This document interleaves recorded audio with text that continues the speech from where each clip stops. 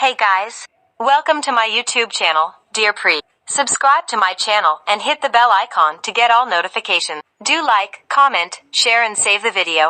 Guys, आज की video का हमारा टॉपिक है मोस्ट इम्पोर्टेंट क्वेश्चंस जो कि ऑर्गेनिक केमिस्ट्री के 2023 के एग्जाम में आने वाले हैं। और किसके लिए हैं ये? बीएससी फर्स्ट ईयर के स्टूडेंट्स के लिए हैं।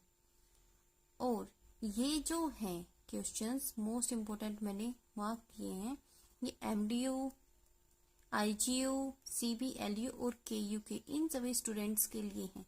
तो ये सभी स्टूडेंट्स अगर मेरे बताए हुए क्वेश्चंस पढ़ के जाएंगे तो एग्जाम में टॉप कर सकते हैं। मैंने प्रीवियस 10 ईयर क्वेश्चन पेपर्स का एनालिसिस किया है, जिसके बेसिस पे मैंने मोस्ट इम्पोर्टेंट क्वेश्चंस की लिस्ट बनाई है। तो सबसे पहले हम देख लेते हैं सेक्शन ए में कौन कौन से इम्पोर्टेंट क्वेश्चंस हैं जो आने के चांसेस हैं। सबसे पहले तो ये है कि जो रेसमिक मिक्सचर है एंड मीजो कंपाउंड्स है, इनका डिफरेंस कई बार आ जाता है और जो इनका डिफरेंस आता है ये 3 नंबर में आ जाता है। तो इस क्वेश्चन को भी हमें पढ़ के जाना है। इसके अलावा जो दूसरा डिफरेंस आने के चांसेस हैं वो क्या है? Difference between enantiomers and diastereomers. इन दोनों में से एक ही आएगा, दोनों तो साथ में नहीं आएंगे क्योंकि एक क्वेश्चन में 2 पार्ट होते हैं 3-3 नंबर के। और अगर दोनों में ही डिफरेंस दे देंगे तो फिर बाकी क्वेश्चन कैसे देंगे? इसीलिए दोनों में से एक डिफरेंस पक्का है, तो आप दोनों पढ़ के जाएंगे। इसके अलावा रेजोनेंस इफेक्ट को पूछा जाता है, हाइपर कंजुगेशन इफेक्ट को भी पूछा जाता है, इंडक्टिव इफेक्ट को भी पूछा जाता है। या फिर क्या करते हैं कि कंपाउंड्स दे देते हैं आपको और बताते हैं कि इसमें आर इफेक्ट बताओ, हाइपर कंजुगेशन इफेक्ट बताओ या आई इफेक्ट पॉजिटिव है या नेगेटिव है, इसके बेसिस पे इनकी ऑर्डरिंग करो। Next question is compare the acidic strength. Acidic strength को भी कंपेयर करने की पूछ लेते हैं कि फॉर्मिक एसिड और एसिटिक एसिड में कौन सा एसिड स्ट्रोंगर है या फिर किसी और भी एसिड के साथ कंपैरिजन किया जा सकता है। Next question is conformation. Conformation भी बहुत बार आ चुका है और अब की बार इसके आने के चांसेस बहुत ही ज्यादा हैं। और कन्फर्मेशन के साथ साथ क्या पूछा जाता है कि जो हाफ चेयर फॉर्म होती है वो लेस स्टेबल होती है ट्विस्ट बोट फॉर्म से, ऐसा क्यों है? ये बहुत ही इंपॉर्टेंट क्वेश्चन है और ये क्वेश्चन 3 नंबर में आएगा और ये क्वेश्चन आपको रट के जाना है बिल्कुल। नेक्स्ट क्वेश्चन क्या है? Metamerism and centre of symmetry. ये 1 या 2 नंबर में आ सकती है। मींस अगर क्वेश्चन के 2-2 नंबर के 3 पार्ट कर दिए जाए तो उसमें मेटामेरिज्म और सेंटर ऑफ सिमेट्री आ सकते हैं। ये 2-2 नंबर के क्वेश्चन। कई बार ऐसा होता है कि 1 मार्क क्वेश्चन होते हैं वेरी स्मॉल, उनके अंदर भी इनको पूछ लिया जाता है। वैसे डेफिनेशन इनकी भी पूछी जा सकती है कि रेजोनेंस क्या होता है, हाइपर कंजुगेशन इफेक्ट बताओ या फिर इंडक्टिव इफेक्ट बताओ। डेफिनेशन 1-1 नंबर में किसी की भी आ सकती है। एंड लास्ट इस सेक्शन में मोस्ट इंपोर्टेंट पॉइंट क्या है? जो डिफरेंट फॉर्म्स होती है उनकी स्टेबिलिटी की कंपैरिजन पूछी जाती है। जैसे ये मैंने अभी बताया कि हाफ चेयर फॉर्म होती है वो कम स्टेबल होती है, ट्विस्ट बोट फॉर्म ज्यादा स्टेबल होती है। तो इनके बेसिस पे ये वाला क्वेश्चन आता ही आता है, या तो ये वाला आ जाएगा या फिर ये वाला आ जाएगा। ये भी हमारा हो गया 3 नंबर का क्वेश्चन। तो फर्स्ट सेक्शन में हमने देख लिया कौन कौन से क्वेश्चन पढ़ के जाने हैं। Racemic mixture, meso compound, resonance effect, hyperconjugation effect, inductive effect, acidic strength की कंपैरिजन, या फिर जो कन्फर्मेशन होती है हाफ चेयर फॉर्म की और ट्विस्ट बोट फॉर्म की कौन सी ज्यादा स्टेबल होती है, metamerism, centre of symmetry, difference between enantiomers and diastereomers, and comparison किस चीज का? डिफरेंट फॉर्म्स की स्टेबिलिटी का। अब नेक्स्ट सेक्शन में देखते हैं कौन कौन से क्वेश्चन हमारे। नेक्स्ट सेक्शन में तो बहुत ही कम क्वेश्चन है। एक तो आइसोमेरिज्म आता है, ज्योमेट्रिकल आइसोमेरिज्म आ जाएगा, उसमें पूछ लेंगे आपको ई और जो जेड कॉन्फ़िगरेशन होती है वो कैसे होती है, इनको हम कैसे डिफाइन कर सकते हैं। ये भी 3 नंबर का क्वेश्चन आता है। या फिर ऐसा आ जाता है कि 2 या 3 मॉलिक्यूल दे दिएंगे आपको और पूछेंगे कि इसके अंदर ई कॉन्फ़िगरेशन है या फिर जेड कॉन्फ़िगरेशन है, और इसी के बेस पे मॉलिक्यूल दे देंगे। और आर और एस कॉन्फ़िगरेशन को भी पूछा जाता है, या तो इजेड आएगी या आर एस आएगी, दोनों में से एक तो पक्का है। तो ये वाली भी रट के जानी है और ये वाली भी रट के जानी है। इसके सारे रूल्स पढ़ के जाना है ताकि कोई भी गलती ना हो एग्जाम में।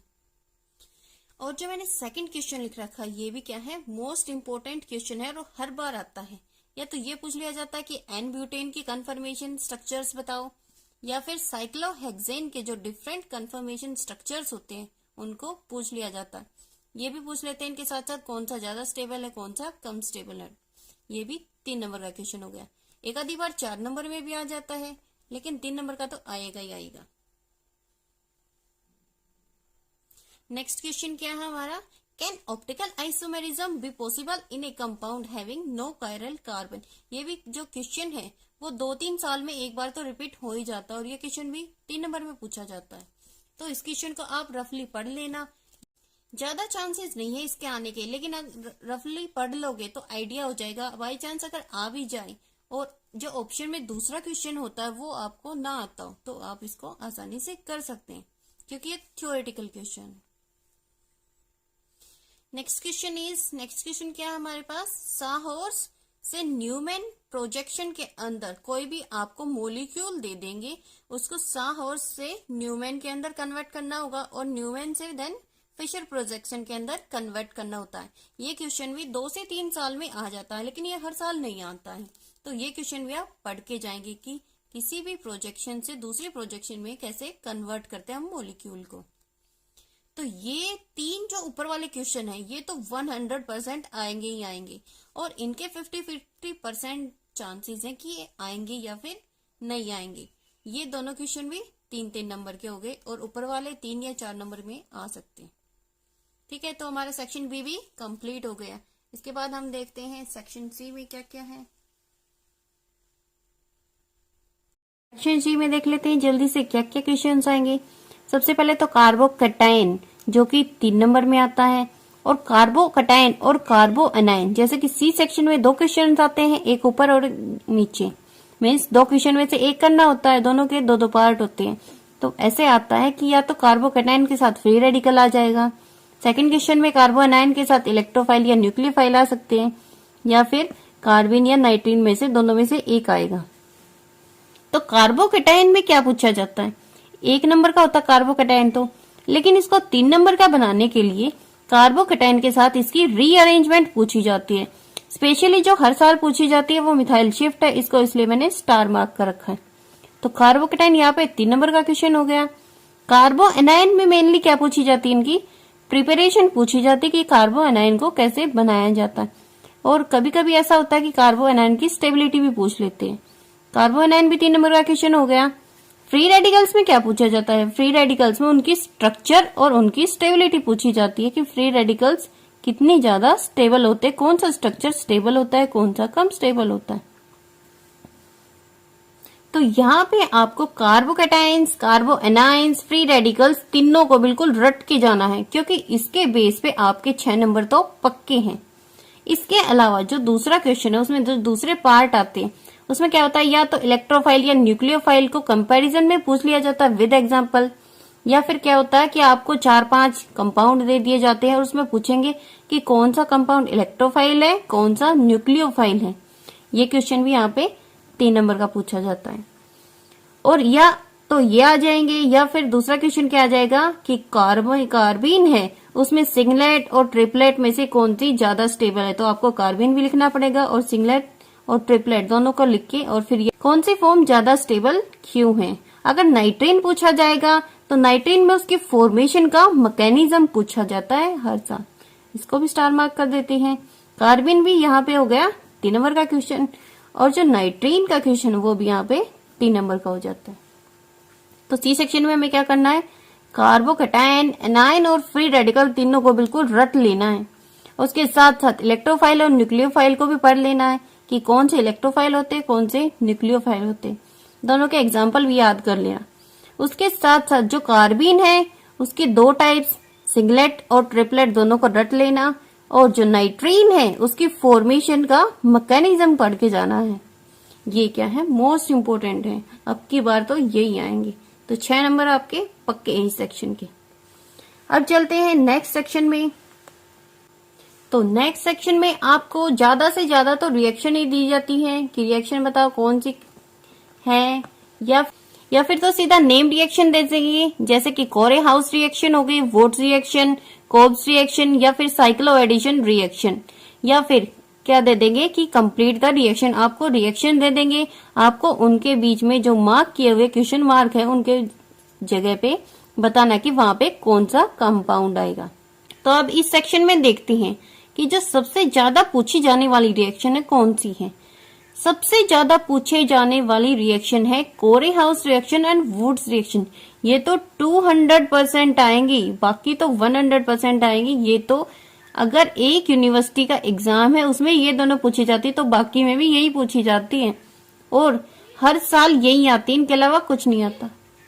तो डी सेक्शन में आपको कोरेहाउस रिएक्शन और वुड्स रिएक्शन रटनी है और उसके साथ साथ 2-3 साल में एक बार कोल्स रिएक्शन पूछी जाती है, हर साल नहीं आती है, ये 2-3 साल में एक बार आ जाती है। और साइक्लो एडिशन रिएक्शन कौन सी है? साइक्लो एल्केन्स की फॉर्मेशन की रिएक्शन है, तो यहाँ पे इसको साइक्लो एल्केन्स की प्रिपरेशन में विद नेम रिएक्शन पूछ लेते हैं। बाकी तो ऐसे क्वेश्चन आता है कि what is the preparation of cycloalkanes, लेकिन कई बार नेम रिएक्शंस में इसको साइक्लो एडिशन रिएक्शन के नाम से भी पूछ लेती है। तो ये दोनों तो 200% है, इसके आने के चांसेस 80% है और साइक्लो एडिशन भी 100% आएगी। ये क्वेश्चन आपको रट के जाना है। इसके अलावा जो बेयर स्ट्रेन थ्योरी है उसको उसकी लिमिटेशन के साथ 3 नंबर में क्वेश्चन बना दिया जाता है। ये दोनों सिर्फ 3 नंबर के क्वेश्चन है, मीन्स ये 1.5 नंबर का है, ये भी 1.5 नंबर का है। या फिर ऐसा हो जाता है कि 3 नंबर के क्वेश्चन में 1 नंबर में कोरेहाउस रिएक्शन पूछ लेते हैं, 1 नंबर में वुड्स रिएक्शन पूछ लेते हैं, 1 नंबर में साइक्लो एडिशन रिएक्शन पूछ लेते हैं, ऐसा होता है।